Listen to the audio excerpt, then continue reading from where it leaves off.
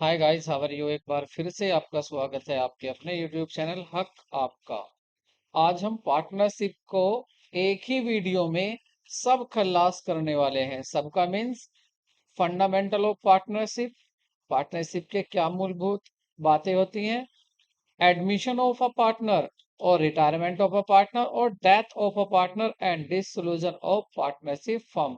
Means complete यहाँ पर हमारा आज होने वाला है फिनिश पार्टनरशिप। यहाँ से जितने भी क्वेश्चंस या नोट बन सकते हैं उनको आज हम डिस्कस करेंगे और यहाँ से 100% आपके क्वेश्चन आ रहे हैं।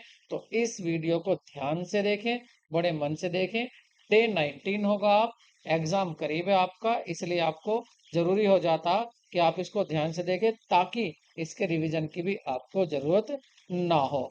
इसमें हम वीडियो तो डिस्कस करेंगे, लेकिन उससे पहले आपसे एक रिक्वेस्ट है, यदि आप फर्स्ट टाइम मेरे चैनल पर आए हैं तो वीडियो को लाइक करना और चैनल को सब्सक्राइब करना बिल्कुल ना भूलें, क्योंकि जैसा कलेक्शन हमने आपके लिए तैयार किया है और जो भी आपसे अब हम बोल रहे हैं, बातें कर रहे हैं, बीच में कहीं भी हम आपको रुकावट नहीं करेंगे, आपसे बातें नहीं करेंगे।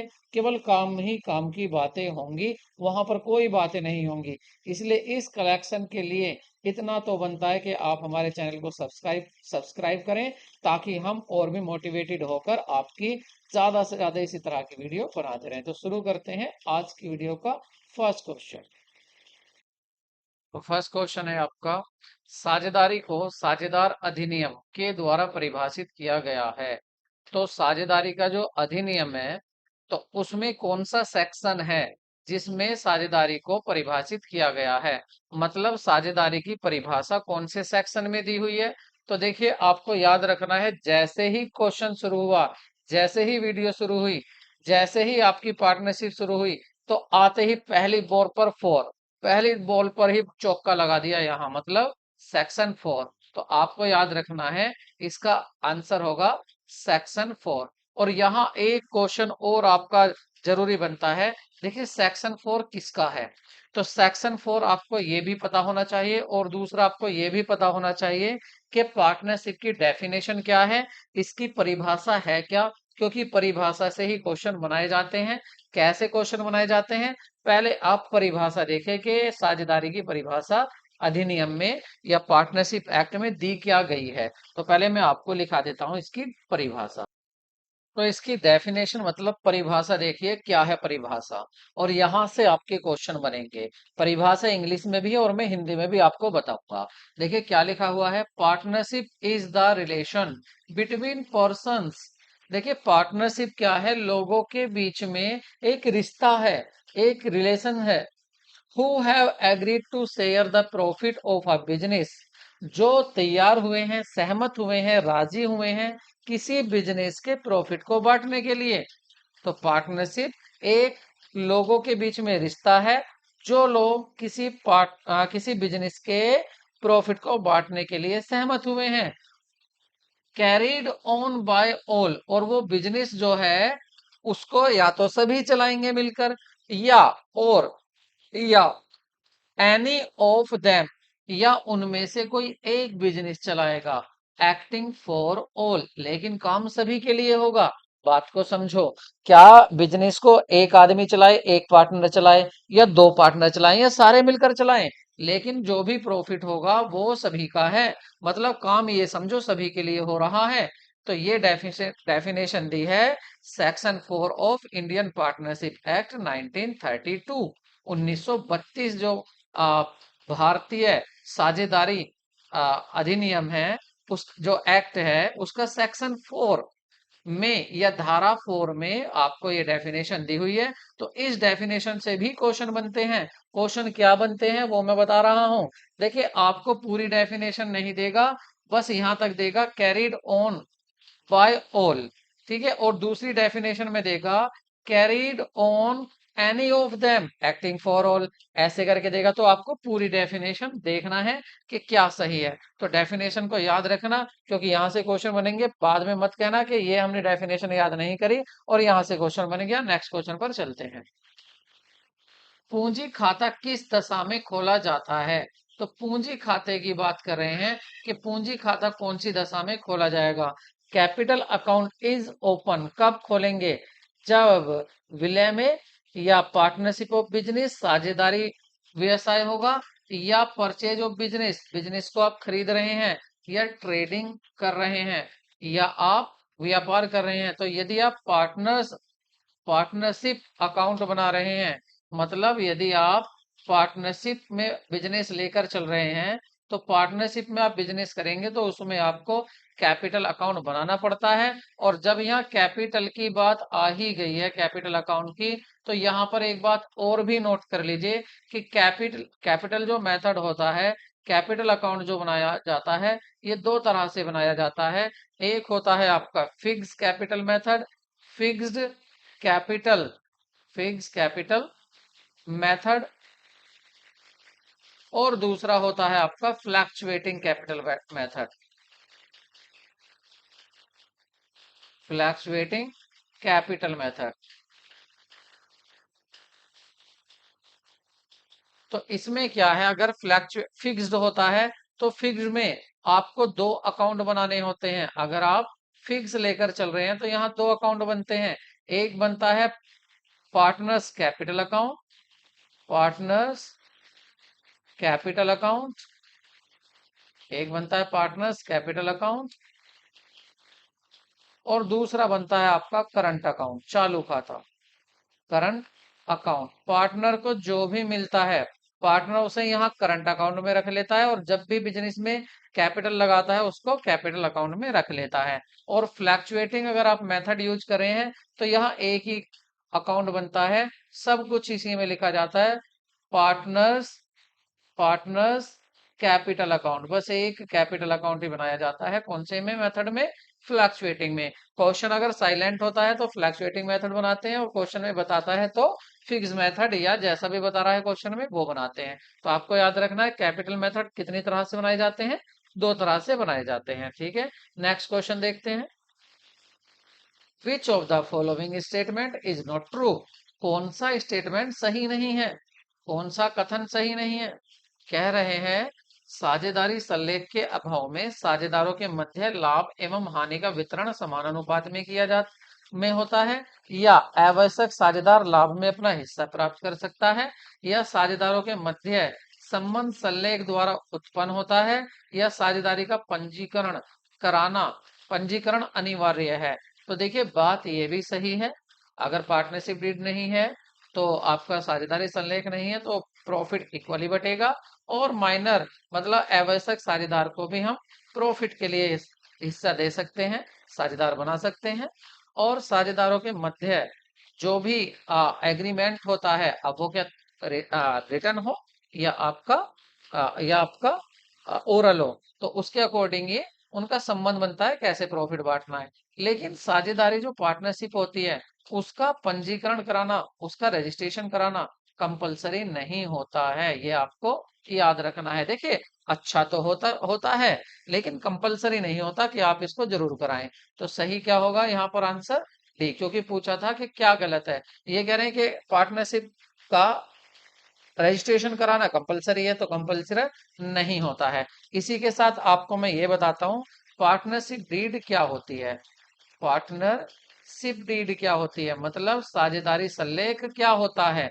साझेदारी सल्लेख क्या होता है, तो यहां से क्वेश्चन बनता है, और यहां से क्वेश्चन क्या बनता है, देखो यहां से कितने ही एग्जाम हुए हैं, यूपी के, झारखंड के, आपके दिल्ली के डीएसएसबी के, हरियाणा के, जितने भी एग्जाम यहाँ होते हैं वहां यहाँ से क्वेश्चन 100% पूछा जाता है। तो आप इस क्वेश्चन को जरूर समझें, क्या है कि पार्टनरशिप डीड क्या होती है, क्या बात हो रही है, पार्टनरशिप डीड क्या होती है।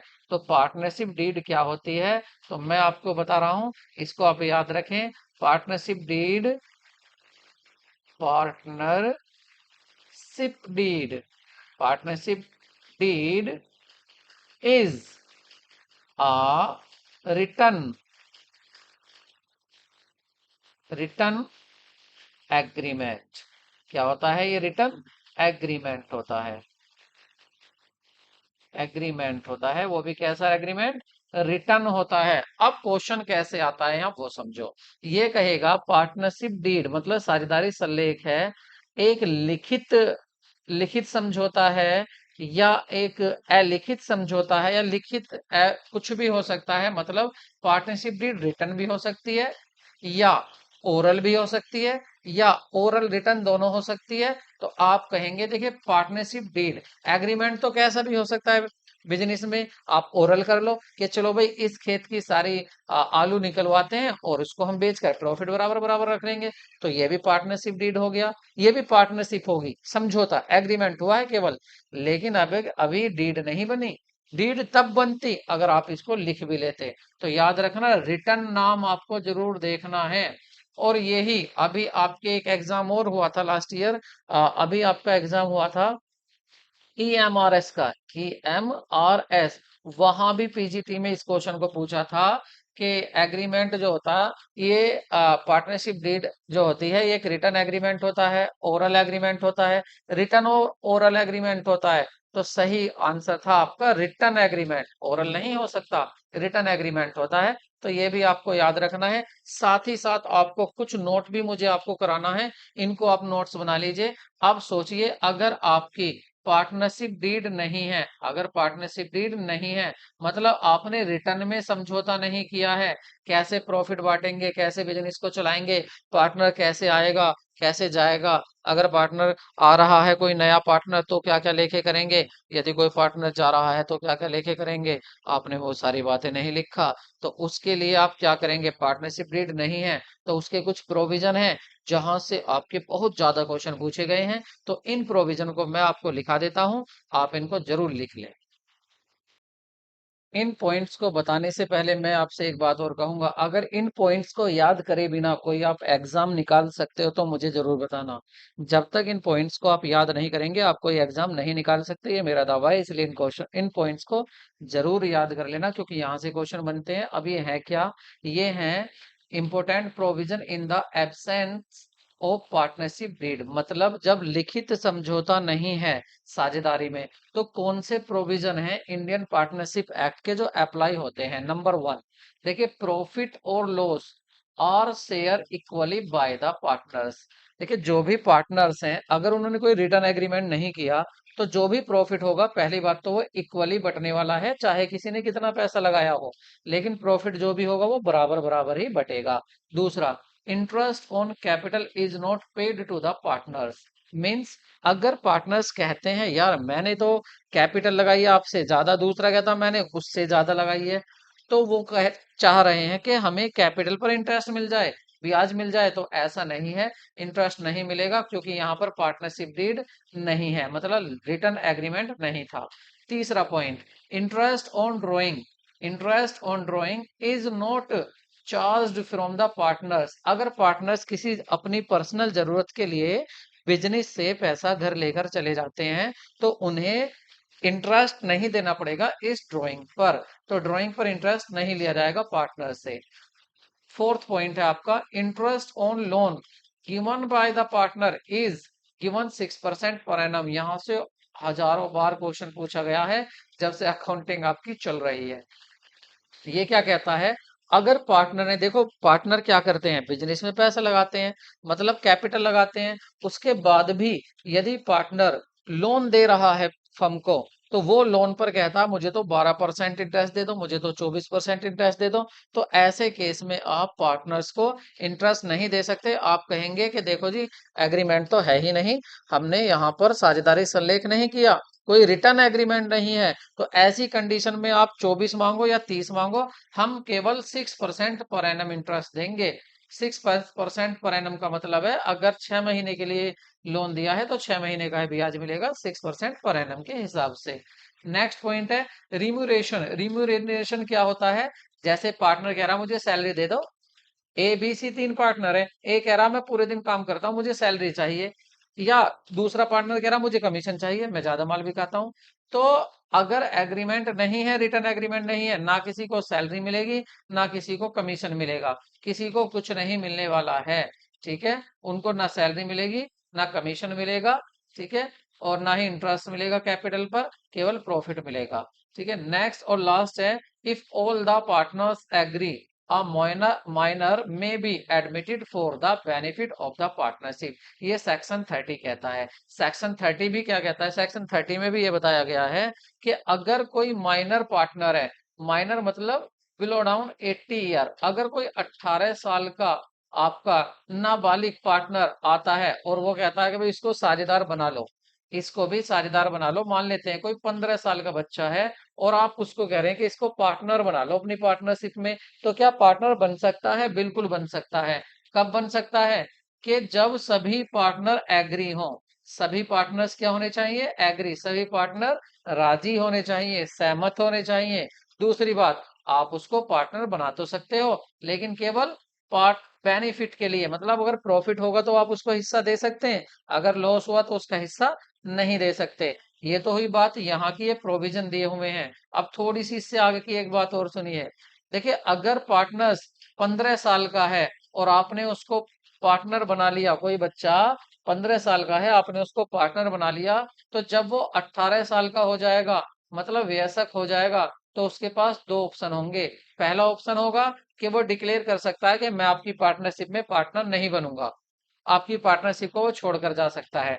दूसरा कह सकता है कि मैं पार्टनर रहूंगा, और जब से वो इस बात को डिक्लेयर करेगा, तब से उसकी लाइबिलिटी कैसी हो जाएगी? अनलिमिटेड। याद रखना, पार्टनर्स की जो लाइबिलिटी होती हैं, अनलिमिटेड होती हैं। ठीक है, अनलिमिटेड लाइबिलिटी होती है, आपको ये भी याद रखना है। अनलिमिटेड का मतलब है, अगर पार्टनर ए है, बी है और सी है, इन्होंने 1 लाख, 2 लाख और 3 लाख रुपए इन्होंने अलग अलग बिजनेस में लगाया है कैपिटल, और बिजनेस में बहुत ज्यादा लॉस हो जाता है, तो ऐसी कंडीशन में, और लॉस हो जाता, मान लेते हैं 10 लाख का लॉस हो जाता है, तो देखिए ये इनका 1 2 3 6 6 लाख तो ये जाएगा, प्लस ये अपने घर से भी इनके नाम पर जो भी प्रॉपर्टी होगी उसको भी बेच कर लाएंगे और बिजनेस का घाटा, बिजनेस का लॉस पूरा कराएंगे। तो देखिए अनलिमिटेड है बिजनेस लाइबिलिटी, मतलब बिजनेस तक की लिमिट नहीं है, लिमिट घर तक भी है। घर से भी इनका सारा, इनके नाम में जो लिखा हुआ है वो सारा पैसा और इनकी सारी प्रॉपर्टी बिकाकर कहाँ आ जाएगी? फर्म के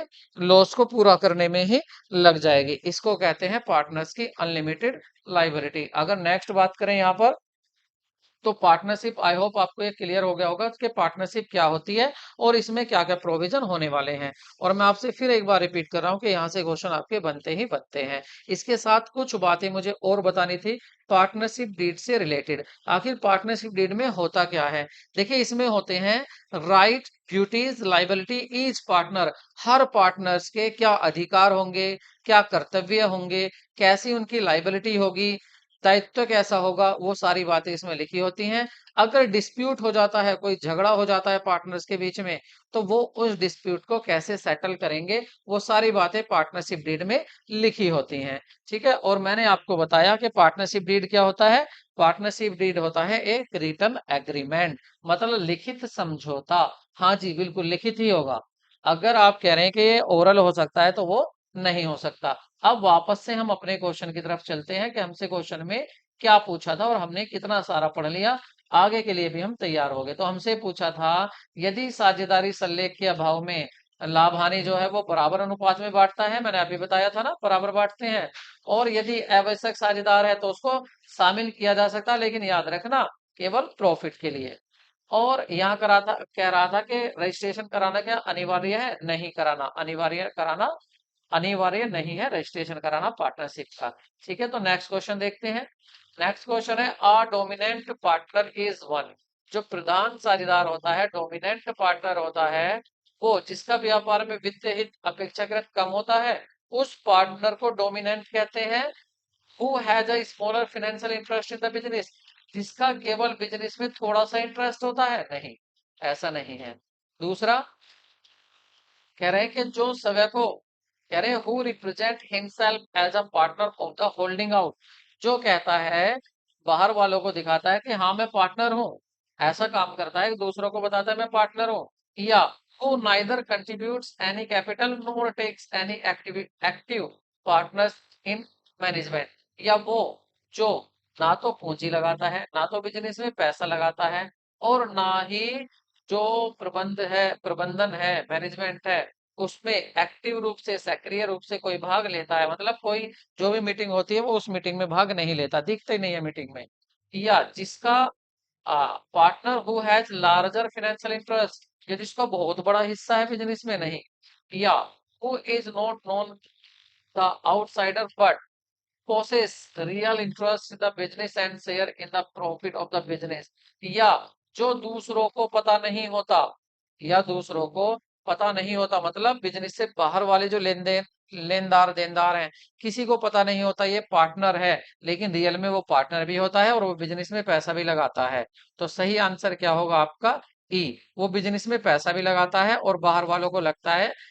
is known to outsider, is not known नहीं, ई नहीं है क्योंकि यहाँ इज नॉट आ गया। तो सही जो होगा ये होगा कि जो अपने आप को रिप्रेजेंट करता है कि मैं पार्टनर हूं, अपने आप को रिप्रेजेंट करेगा कि मैं पार्टनर हूं, ऐसा एक्ट करेगा, ऐसा काम करेगा कि सब जो मार्केट में लोग हैं वो सब जान जाते हैं कि भाई ये तो इस फर्म में पार्टनर है। ठीक है, तो सही क्या होगा आपका? बी पॉइंट होगा। यहाँ एक पॉइंट और बताना है, और पॉइंट बहुत अच्छा है। पॉइंट है नेचर ऑफ पार्टनरशिप। एक मेरे पॉइंट याद आया, यहाँ से क्वेश्चन पूछा जाता है। नेचर ऑफ पार्टनरशिप, प्रकृति, नेचर ऑफ पार्टनरशिप, पार्टनरशिप। तो जो आपकी साझेदारी होती है उसका नेचर कैसा होता है, उसकी प्रवृत्ति कैसी होती है? देखिए, दो तरह से देखते हैं। अगर आप कानून की दृष्टि से देखेंगे, अगर आप कानून की लीगल पॉइंट ऑफ व्यू से देखेंगे, कानून की दृष्टि से देखेंगे, तो पार्टनरशिप आपकी पार्टनरशिप और पार्टनर आपकी पार्टनरशिप और पार्टनर दोनों ही एक होते हैं, दोनों ही एक होते हैं। अगर पार्टनरशिप पर केस हो रहा है तो समझो पार्टनर पर भी केस हो रहा है। तो कानून की दृष्टि से तो दोनों एक होते हैं, लेकिन जब आप अकाउंटिंग करते हैं, जब आप लेखांकन करते हैं, तो आपकी पार्टनर्स अलग होते हैं और पार्टनरशिप अलग होती है। ये आपको याद रखना है। तो नेचर में आपको क्या याद रखना है कि अगर आप कानून की दृष्टि से देखोगे तो पार्टनर्स और पार्टनरशिप दोनों एक ही बात है, और अगर आप अकाउंटिंग की दृष्टि से देखेंगे तो आपका पार्टनर्स अलग होते हैं और पार्टनरशिप अलग होती है। ये आपको याद रखना है। पार्टनर्स कम से कम कितने हो सकते हैं? पार्टनर्स कम से कम दो हो सकते हैं, और अधिक से अधिक पार्टनर आपके 100 हो सकते हैं। लेकिन इस समय क्या किया हुआ है? 50। इस समय जो है आपकी सेंट्रल गवर्नमेंट ने कहा है कि आपका 50 हो सकते हैं, और ये बताता है कंपनी एक्ट, याद रखना, ये बताता है आपको कंपनीज एक्ट 2013 में डिफाइन हुआ है कि कितने पार्टनर्स हो सकते हैं। जबकि हम पढ़ रहे हैं पार्टनरशिप, लेकिन ये बात कौन बताता है? पार्टनरशिप कंपनी एक्ट बताता है। ये भी आपको याद रखना है, यहां से भी क्वेश्चन पूछा जाता है। नेक्स्ट क्वेश्चन देखते हैं। किसी अनुबंध के अभाव में साझेदारी फर्म से उत्पन्न होने वाले लाभ साझेदारों के पूंजी खाते में किस अनुपात में जमा किए जाते हैं? तो देखिए, वही बात आ गई, इन the absence of any contract. मतलब अगर कोई कॉन्ट्रैक्ट नहीं हुआ, पार्टनरशिप डीड नहीं है, तो जो प्रॉफिट होगा उसे किस रेशो में बांटोगे? तो उसे कैसे बांटेंगे आप? इक्वली बांटेंगे, मैंने अभी बताया था। उनको कैसे बांटेंगे? इक्वली, बराबर बराबर बांटेंगे। कहने का मतलब ये है, अगर आपके 3 पार्टनर हैं, ए बी सी, और जो भी प्रॉफिट मान लेते हैं 6000 प्रॉफिट होता है, तो ये 2000 ये लेगा, और आपका 2000 ये लेगा, और आपका 2000 ये लेगा। और अगर रेशो की बात करें तो 1/3, 1/3, 1/3 इनका रेशो होगा। अगर दो पार्टनर होंगे तो 1/2, 1/2 इनका रेशो होगा। नेक्स्ट क्वेश्चन देखते हैं। नेक्स्ट क्वेश्चन में आपसे कहा गया है, कह रहे ए और B partner in the firm sharing profit in the ratio 3:2। देखिए, पार्टनर्स की बात करें, यहाँ पार्टनर्स कितने हैं? यहाँ पर जो पार्टनर्स हैं आपके दो, और उनका नाम क्या है? एक का नाम है आपका ए, और एक का नाम है आपका बी। ये दो पार्टनर हैं। उसके बाद कह रहे हैं इनका profit sharing ratio, profit sharing ratio, इनका प्रॉफिट शेयरिंग रेशो कितना है? प्रॉफिट शेयरिंग रेशो है इनका 3:2। ठीक है, इसको ऐसे भी लिख सकते हैं 3/5 और 2/5, ये भी आपको पता होगा। इनको जोड़कर नीचे लिखते हैं। कह रहे हैं दे एडमिटेड एक्स, ये किसी एक्स को बुला रहे हैं, मतलब एक नए पार्टनर को एडमिट कर रहे हैं। नया पार्टनर कौन है? X, as a partner for 1/3 share in the profit of the firm. और कह रहे हैं भाई एक्स आजा, और जो भी प्रॉफिट होगा हम आपको उसमें से 1/3 देंगे। 1/3 प्रॉफिट किसका है? एक्स का। आगे क्या पूछा है आपसे? The new profit sharing ratio A B and X, तो इनका न्यू प्रॉफिट शेयरिंग रेशो क्या होगा? क्या पूछा है यहाँ पर? यहाँ पर आपसे पूछा गया है कि ये जो 3 पार्टनर हो जाएंगे एडमिशन के बाद, इनका न्यू प्रॉफिट शेयरिंग रेशो क्या होगा, ये आपसे पूछा है। और ये क्या दिया था? Old profit sharing ratio. तो देखिए पहले यहाँ पर देखते हैं, मान लेते हैं, माना जो फर्म का प्रॉफिट है मतलब लाभ है, वो लाभ होता है 1 रुपए का लाभ है। अब 1 में से एक्स को कितना दे देंगे? 1/3। तो एक्स को देने के बाद, एक्स को देने के बाद, एक्स को देने के बाद बचा लाभ, कितना लाभ बचेगा? बचा लाभ या प्रॉफिट कितना बचेगा इसको देने के बाद? भाई 1 में से आप माइनस कर दीजिए 1/3। इसकी मैं आपको शॉर्ट ट्रिक बताता हूँ। कभी भी 1 में से आपको माइनस करना हो 1/3, तो आप 3 में से ऊपर वाले को माइनस कर दो, 2/3 बचेगा। और अगर आपको 1 में से माइनस करना हो 1/4, तो क्या बचेगा? आप ऊपर वाले 1 को 4 में से कम कर दो, तो ये बचेगा 3/4। अगर आपको कभी कहता है कि 3/5 को 1 में से माइनस कर दो, तो आप क्या करोगे? ऊपर वाले को नीचे वाले में से माइनस कर दो, मतलब कि 2/5 नीचे वाला ऐसे लिखा जाता है। तो ये आपकी शॉर्ट ट्रिक है और आपको ये याद रखनी है। लेकिन हमारा क्वेश्चन क्या था? हमारे में पूछ रहा था यहाँ पर कि आपका 1 में से आपने 1/3 कर दिया कम, तो कितना प्रॉफिट बचा? प्रॉफिट बचा 2/3। ठीक है, 3 × 1 = 3 माइनस 2, तो प्रॉफिट बच रहा है 2/3। अब इस प्रॉफिट को कौन बांटेंगे? ए और बी। किस रेशो में बांटेंगे? 2/3 और 2/5 में। तो ए का हिस्सा देखते हैं, ए का हिस्सा क्या होगा? तो ए शेयर, एज शेयर, ए का हिस्सा, ए का शेयर क्या होगा? ए का शेयर होगा, कितना प्रॉफिट बच रहा था एक्स को देने के बाद? 2/3। और इसमें मल्टीप्लाई करेंगे इसके हिस्से की 3/5 की, 3/5 की। तो इसका कितना आ जाएगा हिस्सा? ये आ जाएगा 3×2 = 6 और 3×5 = 15। इसका आ गया 15। अब देखते हैं बी का शेयर। तो बी का शेयर कैसे निकालेंगे? ऐसे ही बी का शेयर निकालेंगे। तो देखेंगे बीज शेयर, क्या देखेंगे? बीज शेयर, बी का हिस्सा। तो बी का हिस्सा कितना होगा? देखो एक्स के देने के बाद कितना बचा था? एक्स को देने के बाद बता था 2/3। इसका 2/5 किसका हो जाएगा? बी का, क्योंकि बी 2/5 लेता था। तो कितना आ जाएगा इसका? ये आ जाएगा 2×2 = 4/3×5 = 15। तो ये आ गया। अब इन तीनों के रेशो यहां लिख लेते हैं। न्यू प्रॉफिट शेयरिंग रेशो किसका? ए, बी और एक्स, इनका यहां लिख लेते हैं। तो कितना कितना है? देखिए ए का कितना आया है? ए का आया है आपका 615, मतलब 6/15। बी का कितना आया है? बी का आया है आपका 4/15। और एक्स का कितना आया है आपका? 1/3, मतलब 1/3। तो आप क्या करेंगे इसके रेशो के लिए? देखिए यहां भी 15 होना चाहिए, 15 में भी नीचे क्या होना चाहिए? सॉरी, एक्स के रेशो में भी क्या होना चाहिए? यहाँ 15। अब 3 में किसकी मल्टीप्लाई करेंगे जो 15 हो जाए? 5 की, 5 दिया 15, तो 5 की ऊपर भी करनी पड़ेगी। तो ये हो जाएगा 6/15 रेशो 4/15। यहाँ कुछ नहीं किया, लेकिन एक्स का बदल गया, एक्स का क्या हो जाएगा? 5/15। ठीक है, क्योंकि 5 की यहाँ मल्टीप्लाई कर ली, 5 की यहाँ। तो अब आप क्या करेंगे? नीचे से 15-15 की मल्टीप्लाई करेंगे, 15-15 कट जाएगा, तो क्या बचेगा फाइनली? 6/4/5। तो नया जो प्रॉफिट शेयरिंग रेशो होगा वो होगा आपका 6/4/5। और ये मोस्ट इंपोर्टेंट क्वेश्चन होते हैं, आप याद रखना। बीपीएससी ने ऐसा क्वेश्चन पूछा भी था। आप प्रीवियस पेपर इसका TRE 1 और TRE 2 को देख लीजिए, ऐसे क्वेश्चन पूछे हुए हैं। तो इस क्वेश्चन को आप बार बार करके देखें, जब तक ना आए बार बार समझें। तो सही ऑप्शन होगा आपका डी। नेक्स्ट क्वेश्चन की तरफ चलते हैं। यदि साझेदारी विलेख अनुपस्थित हो तो इनमें से एक कथन गलत होगा, सही विकल्प खोजें। One of the following statement is wrong if there is absence of partnership deal. मतलब रिटर्न एग्रीमेंट है ही नहीं, समझौता लिखित में है ही नहीं, तो कौन सी बात यहाँ पर कह रहे हैं कि कौन सा गलत कहा गया है? अब देखते हैं क्या क्या बातें थी जो हमने याद करी थी। एक तरह से आपका रिवीजन होगा कि आप सही बताते हैं या गलत बताते हैं। ठीक है, तो आपका रिवीजन भी हो जाएगा कि कौन कौन से प्रोविजन थे, और आपका ये क्वेश्चन भी हो जाएगा। तो कह रहे हैं किसी भी साझेदार को वेतन पाने का अधिकार नहीं होता है, बात तो सही है। भाई कोई भी वेतन नहीं मिलेगा किसी को भी अगर पार्टनरशिप डीड नहीं है। आगे कह रहे हैं पूंजी पर ब्याज की अनुमति नहीं होती है, ये भी बात सही कह रहे हैं। पूंजी पर ब्याज नहीं मिलता पार्टनर को अगर पार्टनरशिप डीड नहीं है।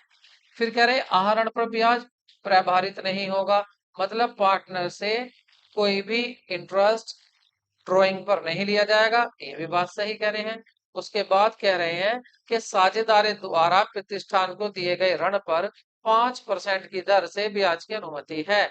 कह रहे हैं अगर पार्टनर लोन देता है तो उसको ये कहा गया है कि उसको 5% का ब्याज मिलेगा, ये बात गलत है, ऐसा नहीं होता। अगर पार्टनरशिप डीड नहीं है और पार्टनर्स लोन दे रहा है आपको तो उसको 6% पर एनम इंटरेस्ट दिया जाता है, ये बात आपको याद रखनी है। और यहाँ क्या कहा गया है 5%, तो इसका मतलब आंसर हमारा सी निकल कर आ रहा है। नेक्स्ट और पढ़ लीजिए, कह रहे हैं लाभ और हानि साझेदार द्वारा समान रूप में बांटी जाती है, इक्वली बांटी जाती है, प्रॉफिट लॉस, ये भी बात सही है। अगर पार्टनरशिप डीड नहीं है तो प्रॉफिट हो या लॉस हो वो इक्वली बढ़ता है। तो सही ऑप्शन क्या है यहाँ हमारा सी, यानी कि 5% इंटरेस्ट नहीं दिया जाता है लोन पर। लोन पर साझेदार को इंटरेस्ट दिया जाता है 6%, याद रखना, यहाँ से भी क्वेश्चन पूछा है स्पेशली आपको रेट ही पूछेगा बस। और याद रखना 6% में और 6% पर एनम दोनों अलग हैं, आपको ये भी याद रखना है 6% और 6% पर एनम दोनों अलग हैं, ये दोनों इक्वल नहीं होती। मैं बात कर रहा हूँ 6% पर एनम की इंटरेस्ट देने की, 6% की नहीं। नेक्स्ट, यदि प्रत्येक माह के आरंभ में साझेदार द्वारा बराबर आहरण किया जाता है तो ब्याज की गणना सामान्यतः संपूर्ण राशि के लिए की जाएगी। तो कितने महीने के लिए की जाएगी, तो इसके लिए आपको एक फॉर्मूला मैं बताता हूं। देखिए हर महीने के शुरू में पैसा निकाला जा रहा है, हर महीने के शुरू में पैसा निकाला जा रहा है। तो आपको क्या करना है ये देखिए, जिस बंदे ने जनवरी में 1,000 रुपये अपने घर लेके गया, वो इस 1,000 रुपयों को हिसाब कब होगा, जब पूरी साल हो जाएगी, मतलब 31 दिसंबर कैलेंडर ईयर अगर फॉलो होती है। तो आपकी 1,000 रुपये 1 जनवरी में लेके गया तो इनको कितने महीने यूज करेगा, 12 महीने।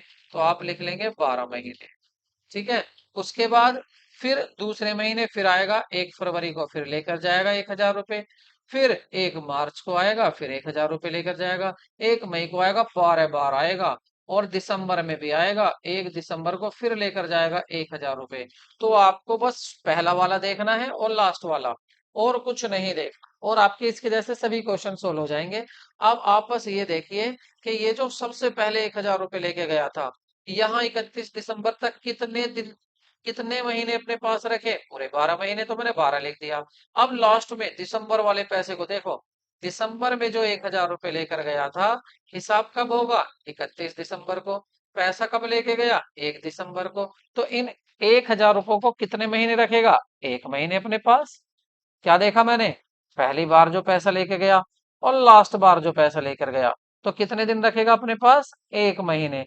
इन दोनों को आपको ऐड करना है और 2 से आपको डिवाइड करना है, ठीक है। और यहाँ पर आप देखेंगे कि 12 और 1 13, क्या आ गया आपका 13, और 13 को 2 से डिवाइड करेंगे तो आंसर क्या आएगा आपका 6.2।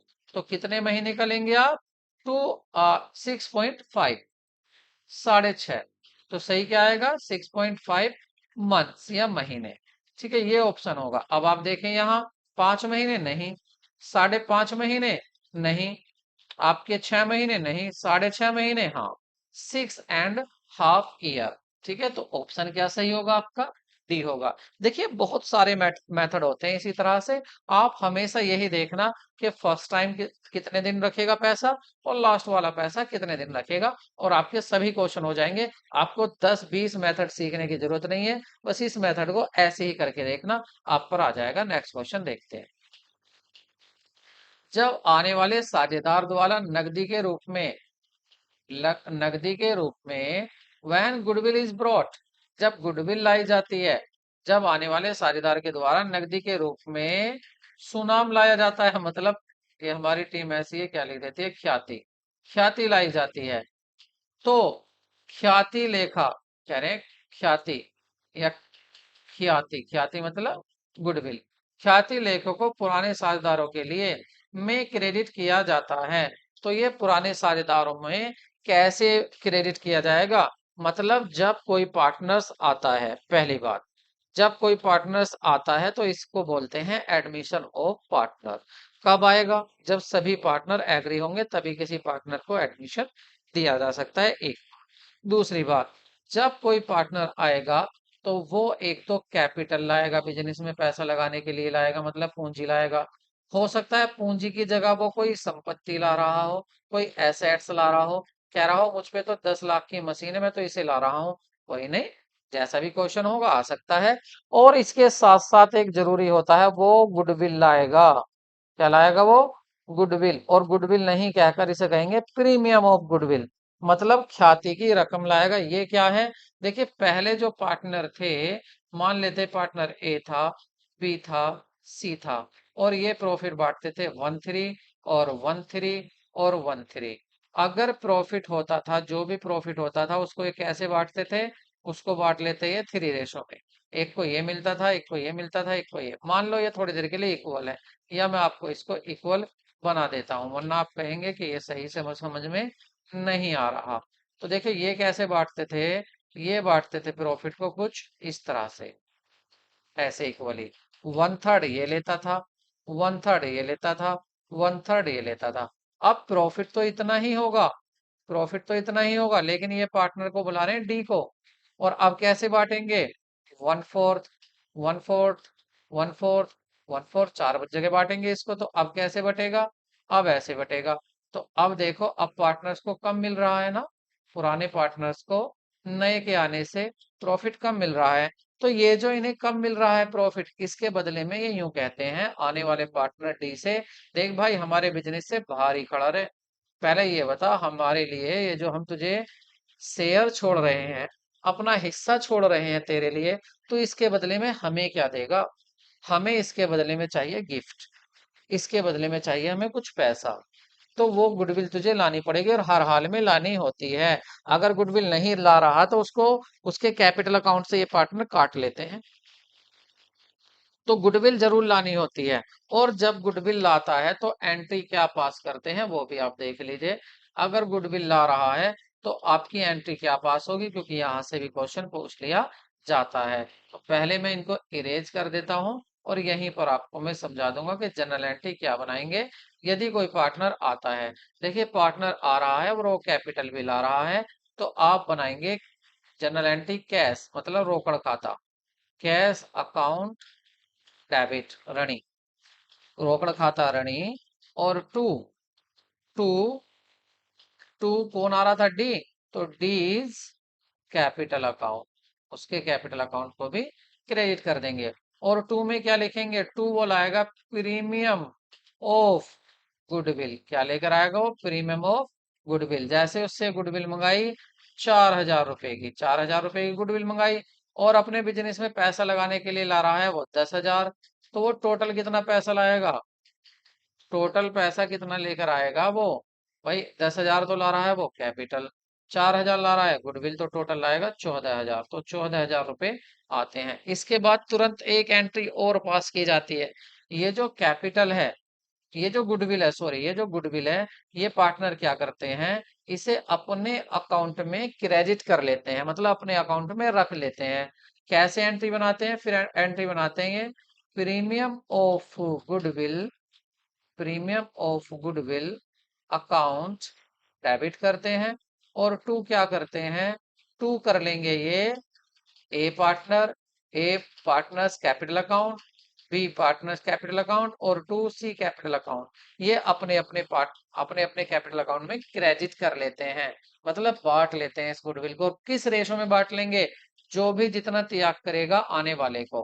भाई यहाँ तो इक्वल त्याग कर रहे हैं, लेकिन जितना भी ये त्याग करेंगे आने वाले को, अगर अपने हिस्से में से ये ज्यादा दे रहा है, बी से डबल दे रहा है ए, और बी दे रहा है सी से डबल, तो इसका मतलब जो भी इसमें से 4,000 रुपयों को बांटेंगे, सी से डबल तो 4,000 में से बी लेगा, और बी से डबल ए लेगा। इसका मतलब जो जितना त्याग करेगा, जो जितना सेक्रीफाई करेगा, उतना ही वो गुडविल में से हिस्सा लेगा। आपसे क्वेश्चन पूछा था, अगर नया पार्टनर आता है, गुडविल लाता है, तो पार्टनर्स अपने कैपिटल अकाउंट में क्रेडिट कर लेते हैं। कौन से रेशो में क्रेडिट कर लेते हैं? सेक्रीफाई रेशो में। ये आपको याद रखना है, त्याग अनुपात में वो बांट लेते हैं। नेक्स्ट क्वेश्चन देखते हैं। एक साझेदारी फर्म में निम्नलिखित में से किसकी सहमति से एक नए साझेदार को प्रवेश दिया जा सकता है? तो एक साझेदार को प्रवेश दिया जा सकता है। ऑल एग्जिस्टिंग पार्टनर, सभी साझेदारों की सहमति जरूरी है, सभी एग्री होने जरूरी है। सही बात है, सभी एग्री होने जरूरी है। फर्म के किसी भी साझेदार की, या कोई भी फर्म का एक साझेदार कहता है भाई मैं कह रहा हूं इसको शामिल कर लो, ऐसा कुछ नहीं। ऐसे हम किसी पार्टनर को शामिल नहीं करेंगे, सभी पार्टनर राजी होने चाहिए। साझेदारों के बहुमत से, जैसे मान लेते हैं 5 साझेदार हैं, उसमें से 3 कह रहे हैं शामिल कर लो, 2 कह रहे हैं शामिल मत करो, नहीं ऐसा भी नहीं है। या कह रहे हैं कि 2/3 की मेजोरिटी से, ऐसा भी नहीं है। सभी साझेदारों का राजी होना जरूरी है। अगर सभी साझेदार राजी हैं, तैयार हैं, तो किसी भी नए पार्टनर को एडमिशन दे सकते हैं। लेकिन याद रखना, यहाँ से एक क्वेश्चन और बनता है। अगर कोई पार्टनर्स बिजनेस में आ रहा है, मान लेते हैं वाई नाम का पार्टनर आ रहा है और ए और बी पहले से ही पार्टनरशिप को लेकर चल रहे हैं, तो ये इसको यहीं रोक देंगे, कहेंगे अभी भाई साहब आप थोड़ा सा इंतजार कर लो। क्यों? क्योंकि ये क्या करेंगे, इसके आने पर जितना भी एक्यूमुलेटेड प्रॉफिट है, एक्यूमुलेटेड प्रॉफिट है मतलब रुका हुआ प्रॉफिट, इकट्ठा हुआ प्रॉफिट, एक्यूमुलेटेड प्रॉफिट है। तो एक्यूमुलेटेड प्रॉफिट होता है इकट्ठा हुआ। भाई पिछले 2 साल से इन्होंने प्रॉफिट नहीं बांटा, थोड़ा सा प्रॉफिट इकट्ठा करके रख रखा था, तो उस प्रॉफिट को ए, इस वाई के आने से पहले ही ये ए भी बांट लेंगे। एक्यूमुलेटेड प्रॉफिट हो या कोई और लॉस हो, उसको भी कौन बांट लेगा, ए भी बांट लेंगे। या जनरल रिजर्व हो, जनरल रिजर्व को भी कौन बांट लेगा, ए भी बांट लेंगे, और अपने ओल्ड रेशो में ही बांटेंगे। यहां से क्वेश्चन बनता है, याद रखना। या आपका गुडविल दी हुई है, कहाँ, बैलेंस शीट में। गुडविल दी हुई है बैलेंस शीट में, तो उसे भी रिटर्न ऑफ कर लेंगे, मतलब अपने पार्टनर्स कैपिटल अकाउंट में डेबिट कर लेंगे, ठीक है, अपने ओल्ड रेट रेशो में। या प्रॉफिट, या होता है एडवर्टीजमेंट दे देते हैं, तो आपका एडवर्टीजमेंट ये भी क्या होती है, बनावटी एसेट होती है, इसको भी ये पुराने पार्टनर बांट लेंगे। और जब ये, और दूसरा, फिर ये देखेंगे कि हमारी मशीन जो थी, ये तो देख लें कि हमारी जो एसेट्स हैं वो जितनी लिखी हुई थी उससे ज्यादा की तो नहीं होगी। जैसे बैलेंस शीट में तो लिखी हुई थी आपकी मशीन 1 लाख की, लेकिन अब बता रहे हैं कि जब वाई आ रहा है तो उस समय आपकी जो मशीन, जो बुक्स में 1 लाख की लिखी हुई थी, आज 5 लाख की हो गई। इसका मतलब कितना प्रॉफिट हो रहा है, 4 लाख का। तो ये इस प्रॉफिट को भी पुराने पार्टनर पुराने ही रेशो में बांट लेंगे। ये सारी चीजें आपको याद रखनी है, इनको बोलते हैं एडजस्टमेंट। तो जब नया पार्टनर आता है तो क्या क्या एडजस्टमेंट होती है आपको याद रखनी है। एक तो प्रॉफिट शेयरिंग रेशो में चेंज होता है। दूसरा, जितने भी एक्यूमुलेटेड प्रॉफिट लॉस होते हैं या वर्कमैन कंपनसेशन रिजर्व होता है, इन सबको बांट लेते हैं। लेकिन एक होता है एम्प्लॉय प्रोविडेंट फंड, इसको कभी भी नहीं बांटते, क्योंकि एम्प्लॉय का पैसा होता है, इसको छेड़ते नहीं है। ठीक है, तो जितना भी एक्यूमुलेटेड प्रॉफिट होगा, उसको, रुका हुआ प्रॉफिट, उसको ये दोनों पार्टनर बांट लेंगे। जब ये सारा काम हो जाएगा, बांट बूट कर साफ करके अकाउंट, तब कहेंगे कि वाई आ जाइए एडमिशन ले लीजिए। अब आप सोच रहे होंगे कि एक ही क्वेश्चन पर आपको इतनी सारी बातें बता दी। देखिए यहाँ से ये जो बातें हैं, यहाँ से क्वेश्चन आते हैं, इसलिए बतानी जरूरी है। मैं वैसे नहीं हूँ कि आपको एक्स्ट्रा में ये चीजें दे रहा हूँ, नहीं। मैं आपको ये चीजें इसलिए दे रहा हूँ तो क्योंकि यहाँ से मुझे पता है क्वेश्चन पूछे जाते हैं। तो इन बातों को मेरी ध्यान से सुने, वीडियो को बार बार सुने। अगर आप सफर में जा रहे हैं एग्जाम देने, तो वहां भी इसको सुनते हुए जाएं। नेक्स्ट क्वेश्चन देखते हैं। एक्स तथा वाई साझेदार हैं।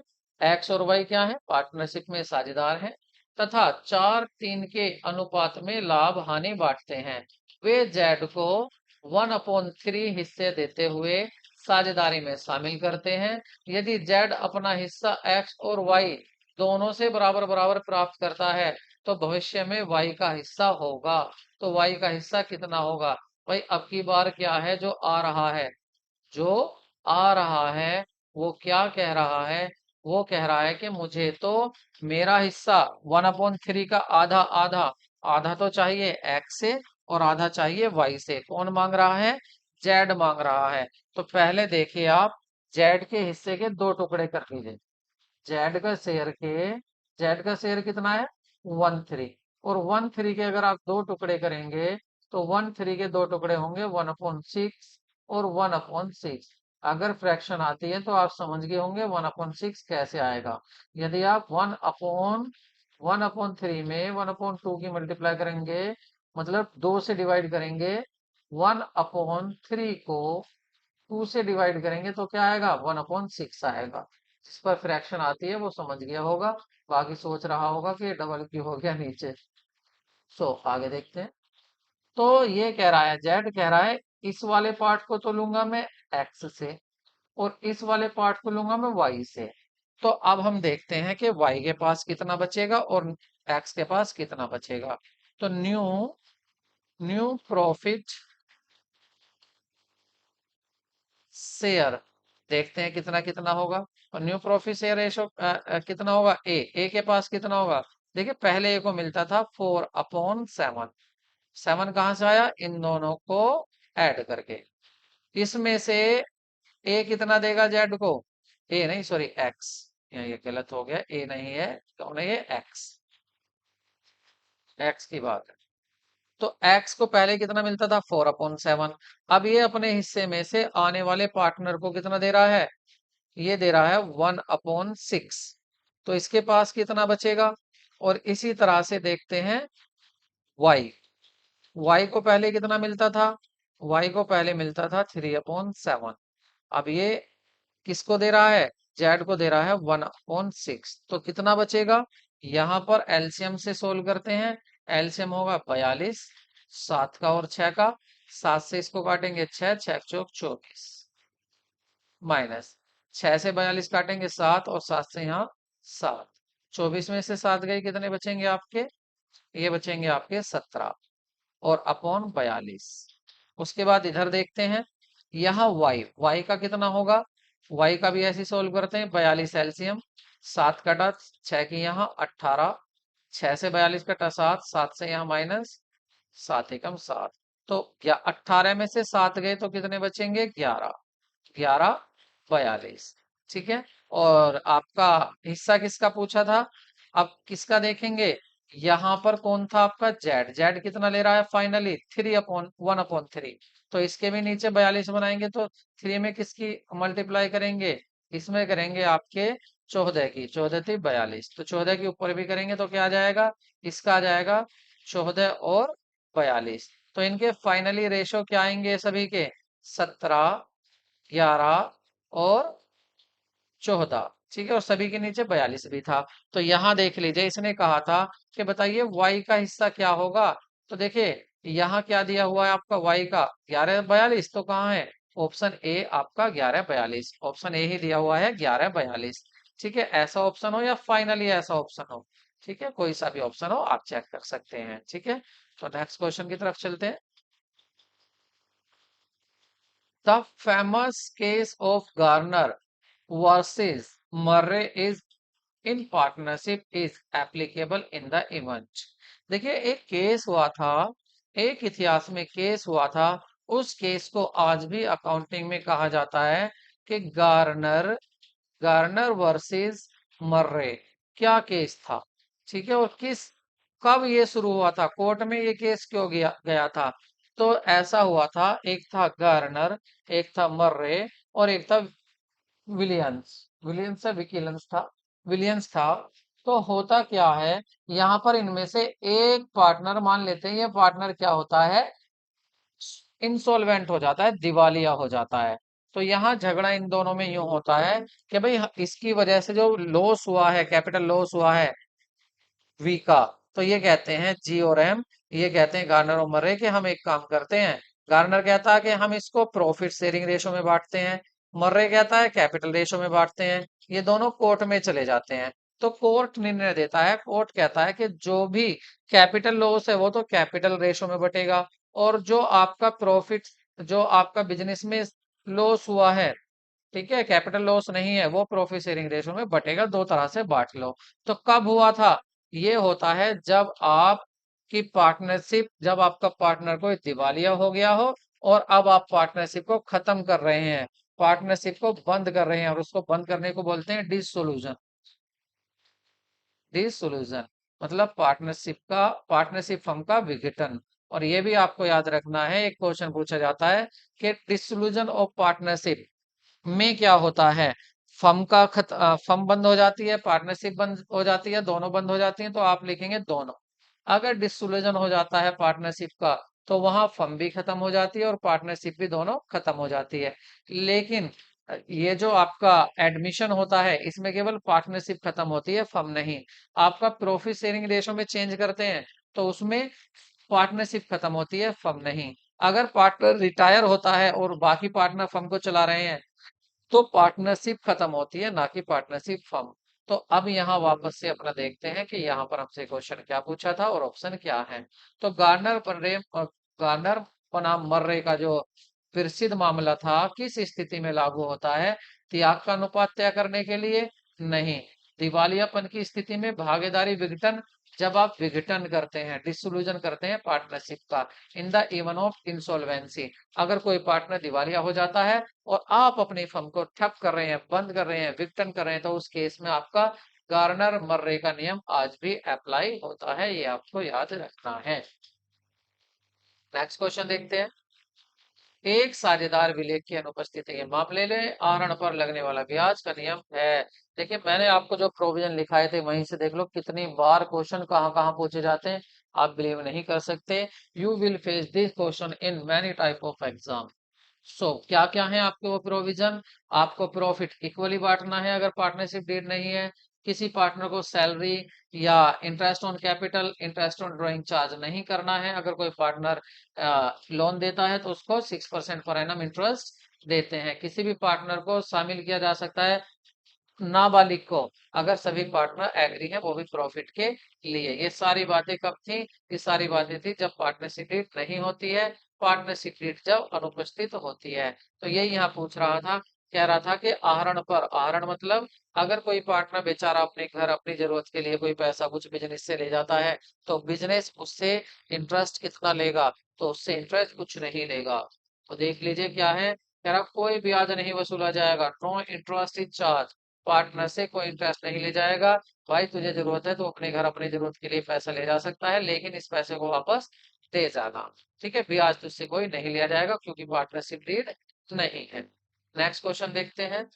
नए साझेदार के प्रवेश पर यदि साझेदार यह निर्णय करते हैं कि संपत्ति एवं दायित्व के मूल्य में परिवर्तन का लेखा पुस्तकों में किया जाए परंतु खातों में नहीं, तो फर्म बनाती है। तो फर्म क्या बनाती है।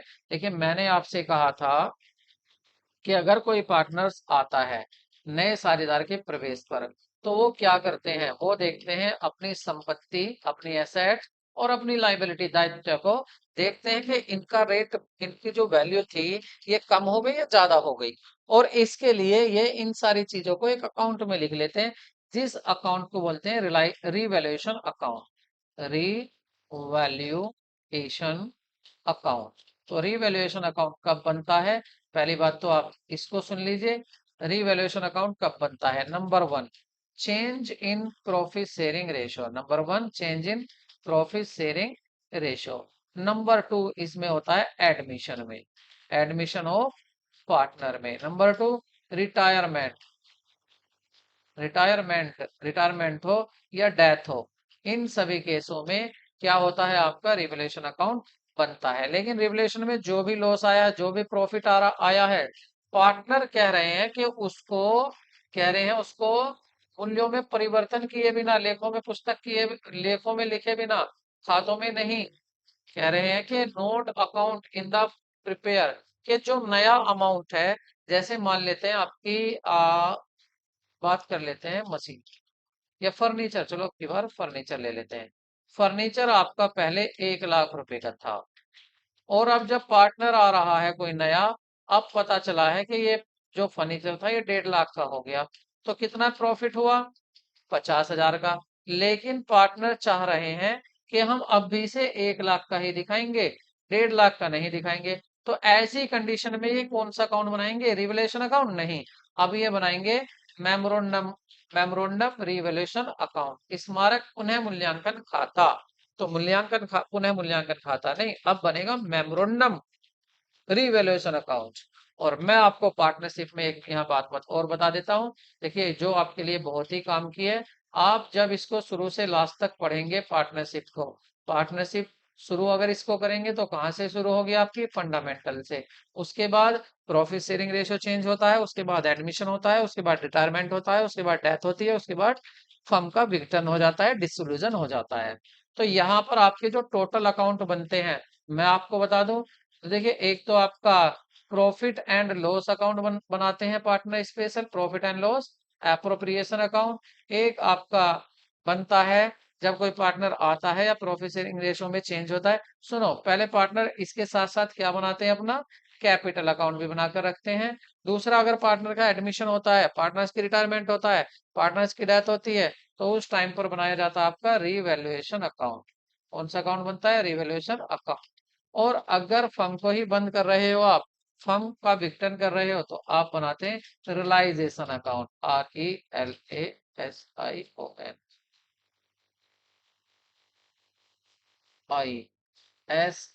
RELASION, realisation account. ठीक है, वसूली खाता, इसको हिंदी में बोलते हैं वसूली खाता।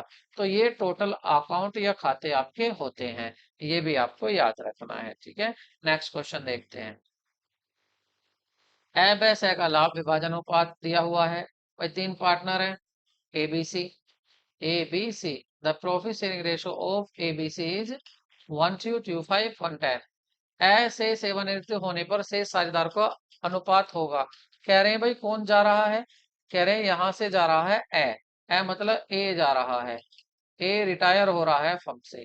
ठीक है, तो पूछ रहे हैं कि बताओ अब जो बाकी बचे पार्टनर, वह और सह बचे, इनका प्रॉफिट शेयरिंग रेशियो क्या होगा? तो देखिए, ये नहीं कहा क्वेश्चन में, ये तो कहा है कि ये जा रहा है, ए जा रहा है, लेकिन ये नहीं कहा कि ये प्रॉफिट कैसे बांटेंगे। तो इस सिचुएशन में जो इनका रेशो पुराना था, पुराना क्या था, इसको और क्लियर करके लिख लो। देखिए, 1/2, 2/5 और 1/10 दिया था। तो आप एक काम करो, 10 10 की तीनों में मल्टीप्लाई कर दो। 10 10 की तीनों में मल्टीप्लाई करो। तो क्यों कर रहे हैं हम तीनों में मल्टीप्लाई? ताकि इसको प्योर बना सकें। अभी आपको प्योर नहीं लग रहे, थोड़ी सी परेशानी सी आ रही है इस तरह के रेशो में। आप कह रहे हैं कि ये प्योर दिए होने चाहिए थे, तो आप क्या करोगे? इन सभी रेशो में 10 की मल्टीप्लाई कर लो। 10 की मल्टीप्लाई कर लो सभी रेशो में।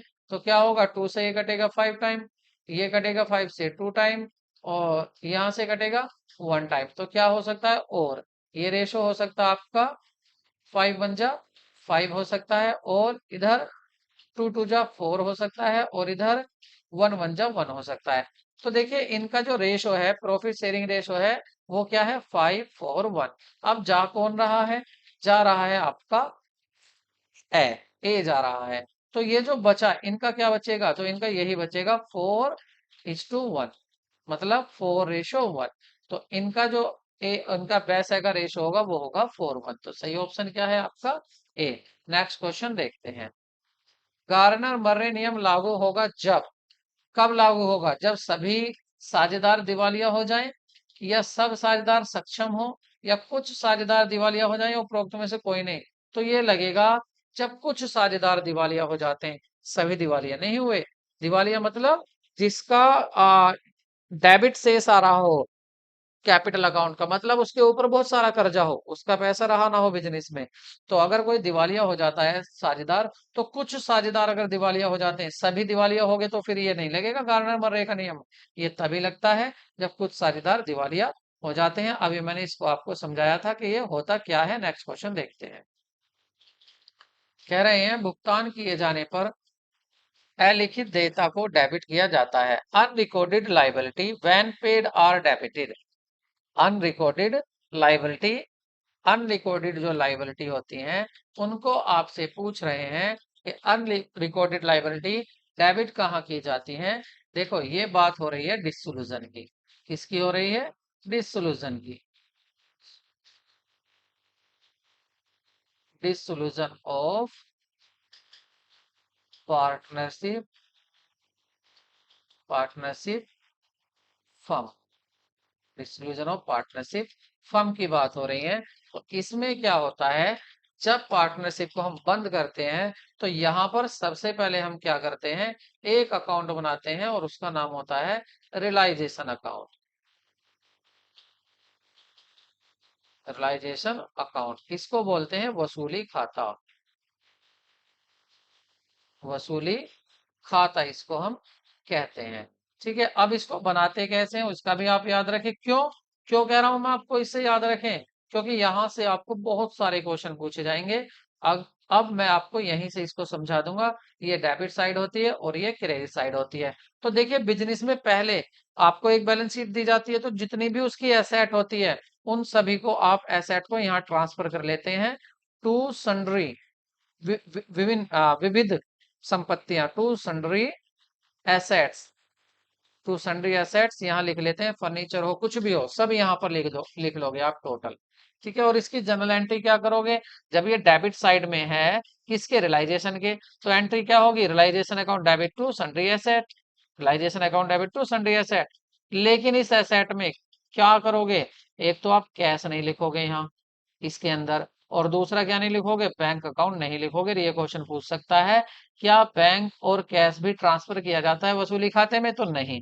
क्यों नहीं किया जाता, देखिए जब आप अपनी फर्म को बंद कर रहे हैं तो आप क्या करेंगे, जितनी भी एसेट है आपके बिजनेस में, जितनी भी संपत्तियां हैं, आप उनको सभी को बेच दोगे, नीलाम कर दोगे, और जो भी पैसा मिलेगा उससे जितने भी बाहर के लेनदार हैं उनको दे दोगे, लो भैया अपना अपना पैसा ले जाओ। जब वो लेके चले जाएंगे, जो भी पैसा बचेगा वो पार्टनर्स में बढ़ जाएगा। और अगर वो पैसा नहीं बचता है, इतना पैसा आया नीलामी में, चीजें जो बिकी आपकी कुल इतने से पैसों की बिकी कि बाहर वालों का हिसाब हुआ है, पार्टनर्स का नहीं बच रहा कुछ पैसा, तो कोई बात नहीं, पार्टनर्स को कुछ कुछ नहीं मिलेगा। और अगर उल्टा हो गया कि बाहर वालों की देनदारी तो थी 10 लाख और आपकी सारी एसेट सारी संपत्ति बिक कर आए कुछ कुल 5 लाख रुपए, तो 5 लाख रुपए कहाँ से आएंगे, पार्टनर अपने घर से लाएंगे सभी। इसी इसी को तो कहते हैं अनलिमिटेड लाइबिलिटी। तो आप रियलाइजेशन अकाउंट में क्या करेंगे, पहले लिखेंगे सारी एसेट्स यहाँ पर कि कितनी एसेट आपको नीलाम करनी है। उसके बाद तो इसको कैश को तो अब क्यों कर रहे हो, ताकि ये सारी एसेट लिक्विड में बदल जाए, लिक्विड मतलब पैसे में बदल जाए। और आपका कैश और बैंक तो पहले से ही पैसा है, तो आप इसको यहाँ ट्रांसफर नहीं करेंगे। दूसरी बात, आप बाई साइड में क्या लिखेंगे, मतलब क्रेडिट साइड में यहाँ पर आपको लिखनी है टोटल सन्ड्री लाइबिलिटी, मतलब फर्म पर जितने भी बाहर वालों के तगादे हैं। लेकिन यहाँ पर क्या लिखना है क्या नहीं लिखना वो भी सुनिए। देखिए, पार्टनर्स का तगादा मत लिखियो कैपिटल अकाउंट, पार्टनर्स की बात बाद में होंगी, पार्टनर्स के कैपिटल अकाउंट को यहाँ ट्रांसफर नहीं करना। अगर पार्टनर का लोन अकाउंट है तो लोन अकाउंट को भी आपको यहाँ ट्रांसफर नहीं करना, पार्टनर का लोन अकाउंट। लेकिन अगर पार्टनर की वाइफ ने लोन दिया हुआ है तो उसको यहाँ ट्रांसफर करेंगे, क्योंकि उसको मानेंगे कि किसी बाहर वाले ने हमें लोन दे रखा है, ये आपको याद रखना है। और पार्टनर से जो पेमेंट होता है, यहाँ से क्वेश्चन पूछा जाता है कि eight the time of dissolution partnership firm के विघटन होने पर, बंद होने पर, जो पार्टनर्स का लोन होता है वो कहाँ से दिया जाता है, रियलाइजेशन अकाउंट से दिया जाता है, कैपिटल अकाउंट से दिया जाता है, या आपके लोन अकाउंट से दिया जाता है। तो लोन जो होता है उसके लिए एक अलग से अकाउंट बनाते हैं और वहीं से इसका पेमेंट करते हैं, आपके लोन अकाउंट का अलग से पेमेंट बनेगा और बैंक अकाउंट से इसका पेमेंट करेंगे। तो रियलाइजेशन में क्या लिखते हैं, यहाँ पर टोटल एसेट लिख ली, क्या बेचना है उससे टोटल तगादे यहाँ लिख लिया, कितना पैसा हमें देना है। और जब आप इसको बेचकर जो आपका पैसा आएगा, इन संपत्ति को बेचकर इन एसेट को, तो आप यहाँ लिखते हैं बाय बैंक, बाय बैंक या कैश, यहाँ पर लिख देंगे जो भी पैसा आया। और जिसे भी दे रहे हैं टू, किस किस को दे रहे हैं, अपनी लाइबिलिटी को, तो उनका पैसा यहाँ लिख देंगे, लाइबिलिटी नहीं लिखेंगे, ये भी याद रखना। यहाँ लाइबिलिटी वालों को पैसा दे रहे हैं तो लाइबिलिटी ना लिखकर यहाँ लिखते हैं आपके टू बैंक, ये भी आपको याद रखना है, टू बैंक। तो पैसा आएगा बाय बैंक में लिख रहे हैं आप रियलाइजेशन में, और अगर पैसा जा रहा है तो आप टू बैंक लिखेंगे। और जितने भी खर्चे हुए हैं वहां पैसा जाएगा तो उसे भी टू बैंक के लिखेंगे, ये नहीं कहेंगे एक्सपेंसिव। अगर कोई खर्चा हो रहा है इस काम में तो वो भी यहीं लिखेंगे। और अगर यहाँ पर पैसा आया ज्यादा गया कम, तो पार्टनर्स में यहाँ पर पार्टनर्स कैपिटल अकाउंट पीसीए यहाँ पर बांट देंगे पार्टनर्स में सारा पैसा। और अगर आपका आया कम गया ज्यादा, तो पार्टनर्स का कैपिटल अकाउंट यहाँ लिखेंगे बाय पार्टनर्स कैपिटल अकाउंट, ये हो जाएगा लॉस। तो आपको ये याद रखना है कि रियलाइजेशन अकाउंट कैसे बनाते हैं, क्योंकि यहीं से आपसे क्वेश्चन पूछेगा कि बताइए जब आपकी एसेट ट्रांसफर की जाती है डिसोल्यूशन के टाइम पर, तो कौन सा अकाउंट क्रेडिट डेबिट किया जाता है। तो आप कहेंगे कि उस समय पर जब एसेट ट्रांसफर की जाती है तो रियलाइजेशन अकाउंट क्या किया जाता है, डेबिट, और टू सन्ड्री एसेट अकाउंट किया जाता है क्रेडिट में। और अगर कहेगा कि जब पेमेंट करते हैं डिसोल्यूशन में लाइबिलिटी का, तो क्या एंट्री पास होती है, तो एंट्री पास होती है realisation account debit to bank. यानी कि कहने का मतलब ये है कि अगर आप एंट्री सीखना चाहते हैं तो सिंपल सी बात है, आपको क्या करना है, जब भी आपके ये आइटम जो डेबिट में लिखे हुए हैं, ये तो सब होंगे क्रेडिट जनरल एंट्री में, और रियलाइजेशन होगा डेबिट। और जब इधर वालों की एंट्री करोगे, क्रेडिट साइड वालों की, तो जो क्रेडिट में आइटम है जनरल एंट्री में कहाँ चले जाएंगे, डेबिट में, और रियलाइजेशन क्रेडिट में। अब आप कहेंगे बात समझ में नहीं आई, तो चलो मैं इसको भी यहाँ पर थोड़ी सी जगह बनाकर समझा देगा हूँ। नोट तो आपने कर लिया होगा, नहीं नोट किया हो तो वीडियो को वापस करना और वहां से नोट कर लेना। फिलहाल मैं आपको समझाता हूँ कि जनरल एंट्री कैसे बनानी है, क्योंकि यहाँ से क्वेश्चन आपके काफी पूछे जाते हैं। तो देखिए ये कहाँ लिखा हुआ है, बैंक, ये लिखा हुआ है क्रेडिट साइड में। इसका मतलब अगर हम इसकी जनरल एंट्री बनाएंगे तो एंट्री बनेगी bank account debit, bank account debit, और to realisation account, realisation account, ये एंट्री पास होगी जो भी पैसा यहाँ पर आ रहा है। तो अब आप देखो अकाउंट में कहाँ लिखा हुआ था, ये क्रेडिट साइड में, और अब देखना बैंक कहाँ पहुंच गया, डेबिट साइड में, तो उल्टा होता है। और दूसरा नाम क्या लिखे, रियलाइजेशन। ऐसी इधर की एंट्री अगर आपको बनानी है, इधर क्या लिखा हुआ है, मान लेते हैं इधर सन्ड्री एसेट है, तो आप क्या करेंगे, इसकी एंट्री देखो, ये डेबिट है तो क्रेडिट जाएगा, फिर दूसरा नाम क्या होगा डेबिट में, रियलाइजेशन, तो इसकी एंट्री बन जाएगी रियलाइजेशन,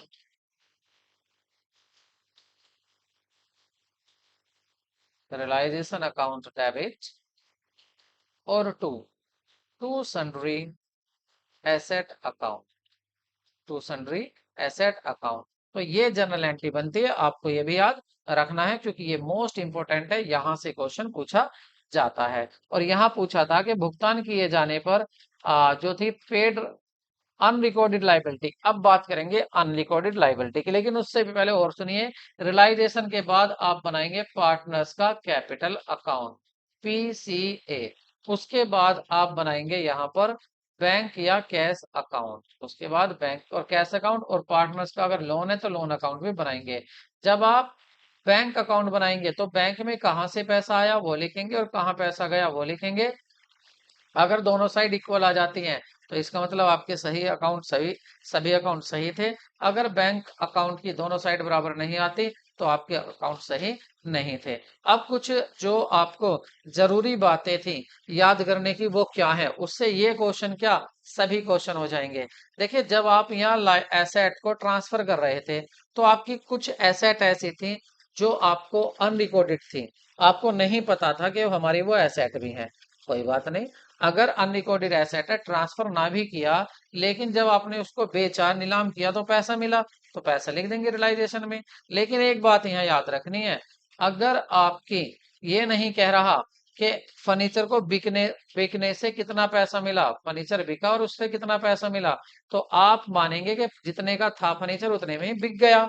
लेकिन एक एसेट ऐसी होती है इंटेंजिबल, जैसे गुडविल होती है आपकी, तो अगर ये नहीं कह रहा कि गुडविल कितने में बिकी, तो आप इसकी वैल्यू मानेंगे जीरो, कि ये शून्य में बिकी, ये गुडविल हमारी नहीं बिकी, ये आपको याद रखना है। तो टेंजिबल की अगर वसूली अमाउंट ना दिया हो तो जितना दिया हुआ था पहले उसी मानेंगे, और अगर आपका इंटेंजिबल एसेट का ना दिया हो तो उसे मानेंगे कि पैसा मिला ही नहीं है। दूसरा, अगर कोई अनरिकॉर्डेड लाइबिलिटी है, मतलब आपने अपने अकाउंट में नहीं लिख रखी लाइबिलिटी, अनरिकॉर्डेड लाइबिलिटी है, और उसका पेमेंट आप अनरिकॉर्डेड एसेट से करते हैं, तो इसका कोई भी लेखा नहीं होता है, याद रखना भाई। ना तो एसेट लिखी हुई थी ना लाइबिलिटी, इसका आप लेखा कहीं नहीं करेंगे, ये भी आपको ध्यान रखना है। ठीक है, अब यहाँ पूछा था unrecorded liability when paid are debited. जब आप अनरिकॉर्डेड लाइबिलिटी को पेड कर रहे हैं तो कौन सा अकाउंट बनाएंगे, देखिए जब आप पैसा देते हैं, रिकॉर्डेड लाइबिलिटी हो या अनरिकॉर्डेड लाइबिलिटी, तो आप कौन से अकाउंट में लिखते हैं, देखो ये रहा, आप लिखते हैं रियलाइजेशन के डेबिट साइड में। और जब इसकी जनरल एंट्री बनाएंगे तो क्या बनाएंगे, ये तो जाएगा आपका क्रेडिट साइड में बैंक, और डेबिट में क्या होगा रियलाइजेशन, तो एंट्री बनेगी realisation account debit to bank. और यहाँ पूछा था डेबिटेड किसको करते हैं, तो किसको करते हैं रियलाइजेशन अकाउंट को। तो सही ऑप्शन क्या हो जाएगा आपका, ए ही हो जाएगा, रियलाइजेशन अकाउंट को हम डेबिटेड करते हैं। ये मैंने पूरा आपको समझा दिया है कि डिसोल्यूशन पार्टनरशिप का कैसा होता है और क्या क्या बातें होती हैं जिनको यहाँ पर फॉलो किया जाता है। नेक्स्ट क्वेश्चन देखते हैं। कह रहे हैं साझेदारों के 11 नंबर हो गया और ये 18। अच्छा ये क्वेश्चन छूट गया था क्या पीछे, अभी जो हम देख रहे थे ये क्वेश्चन था और ये क्वेश्चन छूट गया था, नहीं नहीं ये क्वेश्चन था, ठीक है निकोड लाइबिलिटी उसके बाद यही होगा। कह रहे हैं eight the time of dissolution of partnership firm loan from partners relative. देखिए यहाँ पर आपका ए है, बी है और सी है, ये तीनों क्या हैं पार्टनर है, ठीक है। और एक सी की वाइफ है, उसको बोलेंगे, क्वेश्चन है मिसेस सी लोन, सी की वाइफ ने भी लोन दिया है, तो ये इसका रिलेटिव हो गया, ठीक है। ये रिलेटिव हो गया, तो इसको हम क्या मानते हैं, इसको हम ऐसे मानेंगे ये पार्टनर नहीं है, ये कोई बाहर का क्रेडिटर्स है, ये कोई बाहर का क्रेडिटर्स है जितने लोन दे रखा। वाइफ को हम ऐसे मानेंगे जैसे कोई बाहर वाला क्रेडिटर है, सी की वाइफ को। और अगर सी ने लोन दिया होता तो उसको हम पार्टनर का लोन मानते। तो कह रहे हैं जो भी साझेदार का रिश्तेदार होगा उससे लिया गया ऋण loan eight the time of dissolution of the firm, तो उसका क्या होगा, ट्रांसफर करेंगे रियलाइजेशन अकाउंट में, ट्रांसफर नहीं करते हैं रियलाइजेशन अकाउंट में, ट्रांसफर करते हैं कैपिटल अकाउंट में, या उपरोक्त में से कुछ नहीं, तो ट्रांसफर करते हैं रियलाइजेशन अकाउंट में। मैंने आपको अभी बताया था कि जो आपका रियलाइजेशन अकाउंट होता है उसमें डेबिट साइड में आप टोटल एसेट लिखते हैं, सन्ड्री एसेट, और इधर लिखते हैं आप सन्ड्री लाइबिलिटी क्रेडिट साइड में, और लाइबिलिटी में क्या लिखते हैं, कोई क्रेडिटर है या बिल्स पेबल है या बैंक ने लोन दे रखा है या किसी बाहर वाले ने लोन दे रखा है। तो देखिए रिलेटिव का लोन कहाँ आएगा, यहीं पर आएगा, किसमें रियलाइजेशन अकाउंट में। तो आप कहाँ ट्रांसफर कर रहे हैं, रियलाइजेशन अकाउंट के क्रेडिट साइड में, ये भी याद रखना। आज आपसे पूछा है कि ट्रांसफर कहाँ करते हैं, रियलाइजेशन अकाउंट में। हो सकता है आपके अकाउंट में, आपके क्वेश्चन पेपर में ये भी पूछ ले कि रियलाइजेशन अकाउंट के डेबिट साइड में ट्रांसफर करते हैं क्रेडिट में। तो आप याद रखना जितनी भी लाइबिलिटी होती है, जितनी भी दायित्व होते हैं, ये सब क्रेडिट साइड में ट्रांसफर किए जाते हैं और डेबिट साइड में सारी एसेट ट्रांसफर की जाती है। तो ऑप्शन सही क्या होगा आपका, ए। नेक्स्ट क्वेश्चन देखते हैं। किसी भागीदारी को, मतलब at the time of retirement of a partner, if goodwill appear in the balance sheet, balance मतलब balance sheet, it must be written off and the capital account all partner debited in. देखिए कह रहे हैं अगर आपको balance sheet दी हुई है, आपको बैलेंस शीट दी हुई है, और बैलेंस शीट में आपको पता है कि बैलेंस शीट में क्या क्या होता है, बैलेंस शीट में एक तरफ होती है टोटल आपकी लाइबिलिटी, एक तरफ होती है आपकी एसेट्स। तो जो एसेट साइड थी, यहां पर लिखा हुआ है गुडविल, यहाँ क्या लिखा है, गुडविल लिखा हुआ है 1 लाख रुपए की। तो ये जो गुडविल लिखी हुई है बैलेंस शीट में एसेट साइड में, तो इस गुडविल की ये बात कर रहे हैं कि अगर बैलेंस शीट में गुडविल लिखी हुई है तो इस गुडविल को क्या करना पड़ेगा, इस गुडविल को हमें रिटर्न ऑफ करना पड़ेगा, मतलब खत्म करना पड़ेगा, और एंट्री आपकी बनेगी goodwill account debit to all partners capital account, all partner, all partners capital account. लेकिन पूछा क्या है आपसे, आपसे पूछा है कि ये जो गुडविल 1 लाख है इसको सभी पार्टनर बांटेंगे, ऑल पार्टनर की जगह मान लेते हैं यहाँ पर 3 पार्टनर है एबीसी, तो फिर क्या लिखा जाएगा यहाँ, to A's capital account, to B's capital account, to C's capital account, ये लिखा जाएगा। तो टू सीज कैपिटल अकाउंट ये लिखा जाएगा, ठीक है। तो अब ये 1 लाख रुपए को कैसे कैसे बांटेंगे, ये बात आ रही है। तो ये बांटेंगे अपने ओल्ड प्रॉफिट शेयरिंग रेशो में, इसमें बांटेंगे ओल्ड प्रॉफिट शेयरिंग रेशो में। मान लेते हैं यहाँ पर 6 लाख रुपए की आपकी गुडविल दिखा रखी है, यहाँ 6 लाख रुपए की, और आपका रेशो जो था वो इक्वल ही था, मतलब 13 13 13। तो ये अपने इस रेशो में बांट लेंगे, 2 लाख तो एक देगा, और हाँ ये एंट्री ये नहीं होगी, सॉरी ये उल्टी एंट्री होगी, ये एंट्री नहीं होगी, एंट्री पास होगी आपकी A's capital account debit, B's capital account debit, C's capital account debit, और 2 में लिखेंगे आप गुडविल अकाउंट। उल्टी हो जाएगी, गुडविल तो होती है क्रेडिट में और अकाउंट होते हैं ये पार्टनर्स के डेबिट में। कहने का मीन्स ये है कि इनके कैपिटल अकाउंट से पैसा निकाला जाता है। और आपको एक बात मैं आपको और बताता हूं जो आपके बहुत काम आने वाली है, बस आपको इसको याद रखना है जब कभी आपके सामने आए। जब भी आप पार्टनर्स कैपिटल अकाउंट से पैसा निकालेंगे, पैसा निकालेंगे, तो आप हमेशा पार्टनर्स कैपिटल अकाउंट को डेबिट करेंगे। और यदि जमा करेंगे, जमा करने पर जमा करने पर आप क्या करेंगे, जमा करने पर क्रेडिट करेंगे इनके कैपिटल अकाउंट को। अब यहाँ पर यही एंट्री से समझो कि ये गलत क्यों थी एंट्री। मैंने इसको क्यों कहा कि एंट्री गलत है ये, क्योंकि मैंने यहाँ पर पैसा उल्टा निकाला जाता, क्योंकि इन्होंने ये जो गुडविल लिखी हुई है, ये गुडविल क्या है, फिक्टिशियस एसेट, मतलब बनावटी एसेट, संपत्ति। ये रियल में एसेट नहीं है अगर यहाँ गुडविल, क्योंकि हमारा अकाउंटिंग स्टैंडर्ड 26 कहता है जब तक बिजनेस खरीदो नहीं, जब तक बिजनेस नहीं खरीद रहे या नहीं बेच रहे, तब तक, जब तक आप पेमेंट नहीं कर रहे गुडविल के लिए, तब तक आप गुडविल को नहीं दिखा सकते। लेकिन इन्होंने गुडविल दिखा रखी थी, तो इस केस में इनके पार्टनर्स कैपिटल अकाउंट तो हो जाएंगे डेबिट, और 2 हो जाएगा आपका गुडविल अकाउंट। ये एंट्री सही थी। ठीक है, और कौन से रेशो में बांटेंगे, अपने ओल्ड प्रॉफिट शेयरिंग रेशो। तो आंसर क्या होगा आपका, ए आंसर बिल्कुल सही है। नेक्स्ट क्वेश्चन देखते हैं। कह रहे हैं साझेदार की मृत्यु की स्थिति में अगर कोई पार्टनर्स मर जाता है तो सामान्यतः आरक्षित राशि साझेदार के पूंजी खाते में स्थानांतरित की जाती है।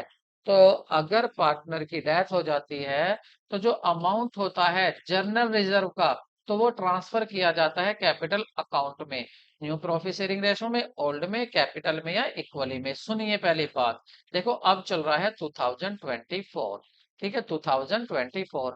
और अगर बात करें मार्च 31 मार्च 2024 की, तो यहाँ पर क्या होता है, यहाँ पर ए बी सी 3 पार्टनर थे और सी आपका मर जाता है, डेथ हो जाती है। तो अब पूछ, और इनका जो रेशो था, प्रॉफिट शेयरिंग रेशो था 3:1, 3:1। इसको नीचे क्या लिख सकते हैं, सबका जोड़ 36:26:16। तो आज से 1 साल पहले की बात सुनिए, इनको बिजनेस में प्रॉफिट हुआ, इनको बिजनेस में प्रॉफिट हुआ। कितने का हुआ, इनको हुआ था 12 लाख का प्रॉफिट। तो प्रॉफिट कितना हुआ, 12 लाख का। ये प्रॉफिट को बांट रहे थे, लेकिन इन्होंने सोचा एक काम करो भाई, पता ना कब जरूरत पड़ जाए बिजनेस में, इसके लिए जनरल रिजर्व बना लो। थोड़ा सा पैसा जनरल रिजर्व में रख दो, यानी कि 6 लाख रुपए जनरल रिजर्व में रख दो, और 6 लाख रुपए को हम बांट लेते हैं। तो इन्होंने 6 लाख रुपए तो रख दिए जनरल रिजर्व में, और 6 लाख इसमें से बांट लिए। 6 लाख इन्होंने बांट लिए प्रॉफिट शेयरिंग रेशो में अपने। ठीक है, अब क्या हुआ, ये पैसा रखा हुआ था बैलेंस शीट में 6 लाख रुपए, और आज, ये तो थी पिछली साल की बात, इस साल क्या हुआ, 31 मार्च में सी की डेथ हो गई। अब जब सी की डेथ हो गई इस साल, तो अब सी के कैपिटल अकाउंट बनाएंगे, क्योंकि जो भी पैसा निकलेगा इसके एग्जीक्यूटर को, इसके वारिस को दे देंगे हम। तो इसके वारिस को देने के लिए कि ये जो पैसा था 6 लाख, ये किस रेशो में से देंगे इसको, भाई जब इसका रेशो किस में से बनाया था, इसके प्रॉफिट में से कटा था, तो ये प्रॉफिट था, तो इसका जो ओल्ड रेशो था, इस ओल्ड रेशो में ही ये जनरल रिजर्व बढ़ जाएगा। मतलब जो ओल्ड पार्टनर या सभी पार्टनर होते हैं, अगर किसी की डेथ हो जाती है, तो जितना भी जनरल रिजर्व में पैसा होता है, वह ओल्ड प्रॉफिट शेयरिंग रेशो में बांट देते हैं सभी पार्टनर को। और ऐसे टाइम पर जो जनरल रिजर्व होता है, इसको डेबिट करते हैं, और पार्टनर्स के कैपिटल अकाउंट को पार्टनर्स कैपिटल अकाउंट पीसीए, इसको क्रेडिट करते हैं। ये आपको याद रखना है, क्योंकि मैंने आपसे कहा था अगर कहीं, अगर पार्टनर्स को पैसा दे रहे हो तो पार्टनरशिप कैपिटल अकाउंट करोगे क्रेडिट, और अगर पैसा पार्टनर से ले रहे हो तो इनके कैपिटल अकाउंट को करेंगे डेबिटेड। तो यहाँ पर क्या होगा, ओल्ड प्रॉफिट शेयरिंग रेशो में वो अपने इसको बांट लेते हैं। तो आई होप आपको वीडियो अच्छी लगी होगी। वीडियो अगर अच्छी लगी हो लाइक जरूर करें, और एक दो दोस्तों को इसे शेयर जरूर करें, क्योंकि मैं यहाँ आपको दावे से कह सकता हूँ कि जिसने ये मेरी वीडियो देख ली पार्टनरशिप की, उसे कोई प्रॉब्लम नहीं आएगी और उसके 100% ये एक वीडियो काफी मार्क्स देके जाएगी। इसलिए किसी का भला करे, जैसे कि आप हमने आपका भला किया है। फ्री ऑफ कॉस्ट आपको नोट्स भी दे रहे हैं और फ्री ऑफ कॉस्ट आपको आपका एग्जाम भी ऑनलाइन करा रहे हैं। अगर आपने नहीं दिया तो लिंक आपको हमारी वीडियो में नीचे दिया जा रहा है। आप उस लिंक को क्लिक करके आप हमारे एग्जाम को दे सकते हैं और साथ ही साथ अपना स्कोर भी देख सकते हैं। तो ऐसे ही हम ज्यादा से ज्यादा वीडियो लाएं। हमें हमें आपकी लाइक से, आपके सब्सक्राइब से मोटिवेशन मिलता है। तो हमारे चैनल को आप सब्सक्राइब जरूर करें। मिलते हैं नए वीडियो में। Take care, bye bye.